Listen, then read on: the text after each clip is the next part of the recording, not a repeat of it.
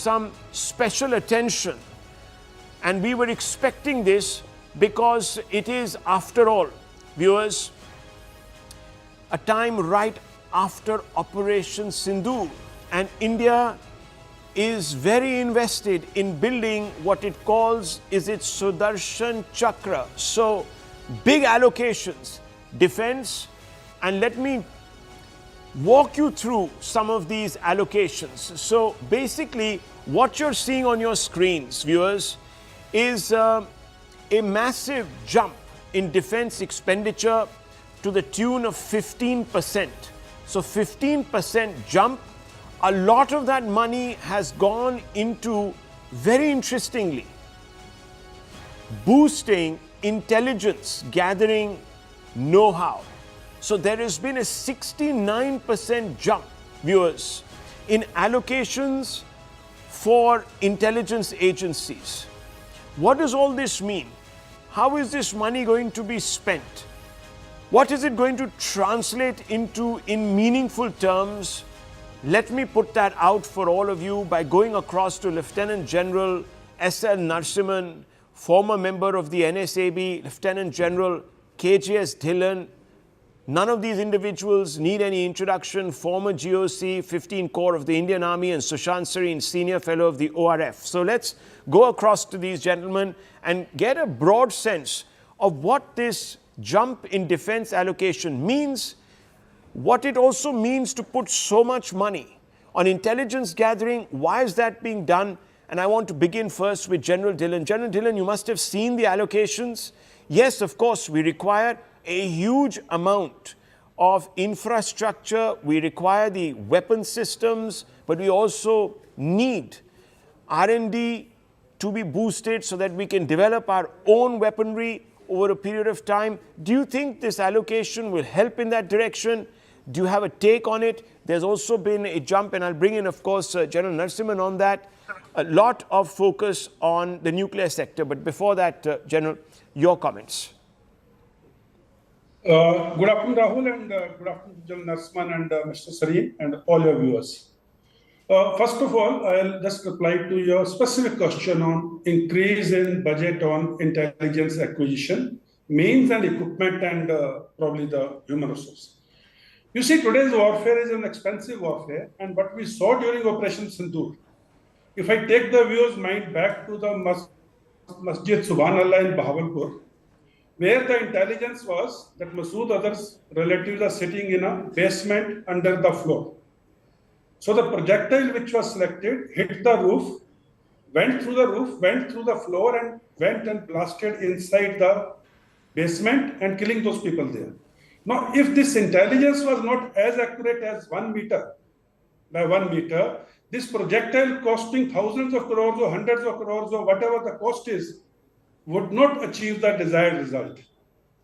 Hence, when it is important to get modern equipment, modernize, upgrade and all those things, most intelligence, in the most important aspect in today's non-contact warfare is the intelligence acquisition.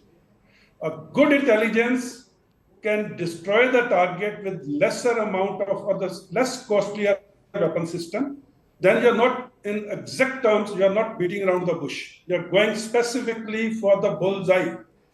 That's why the money spent on intelligence is not wasted. It's a very good investment to save our expensive hardware and weapon systems. Very, very interesting. General Narasimhan, big push, of course, in the budget session and before, in liberalizing our nuclear sector. There has also been intervention in the budget in trying to bolster it. What do you take away from that, General?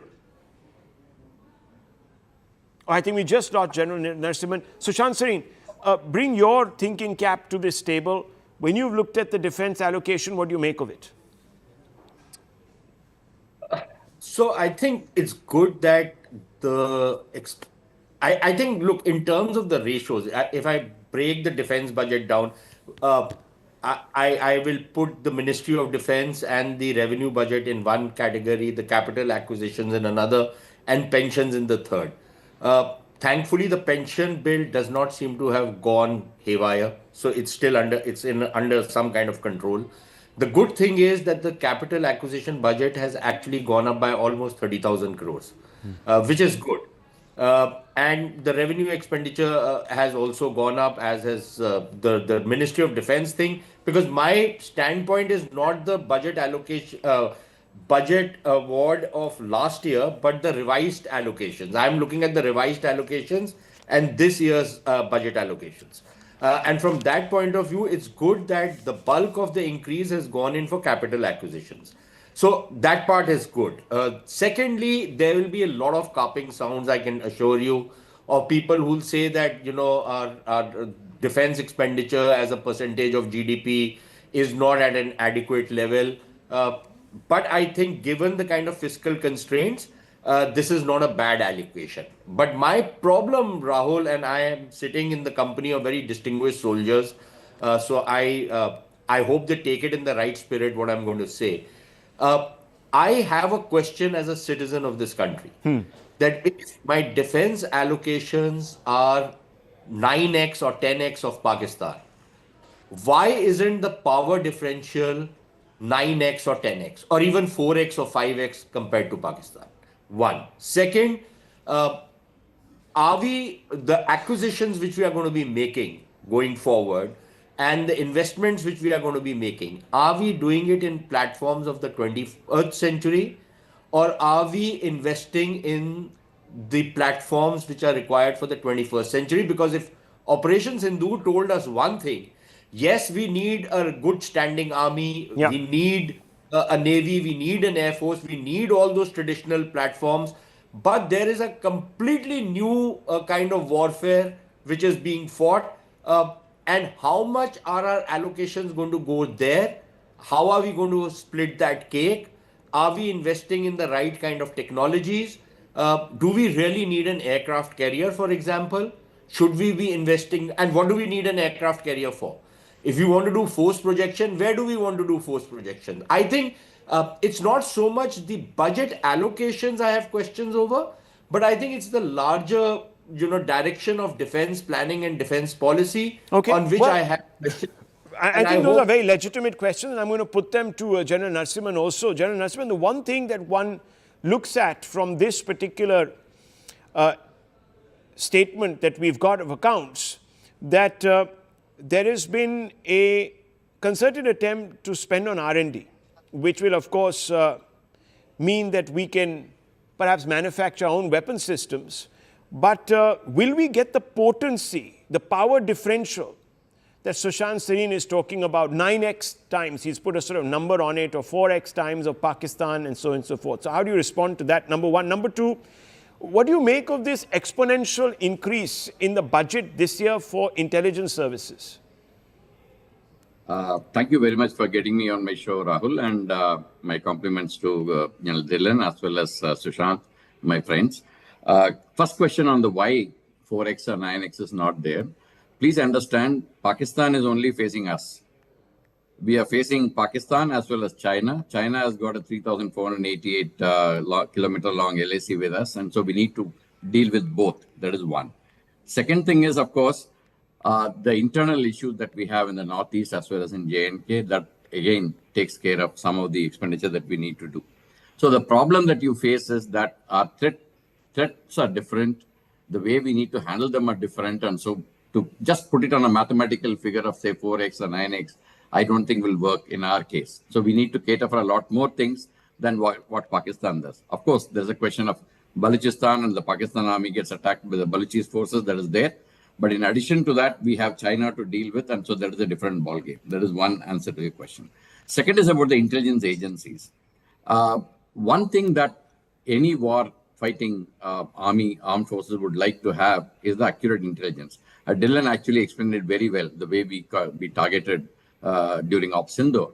So the thing is that accurate intelligence is something that is always required. That is one. Second thing, intelligence acquisition is becoming more and more expensive. It really needs more and more equipment. It needs more and more artificial intelligence to be included into it. And so there are a lot of other things that are getting developed. So I think we are in the right direction as far as allocating more funds for the intelligence agencies is concerned.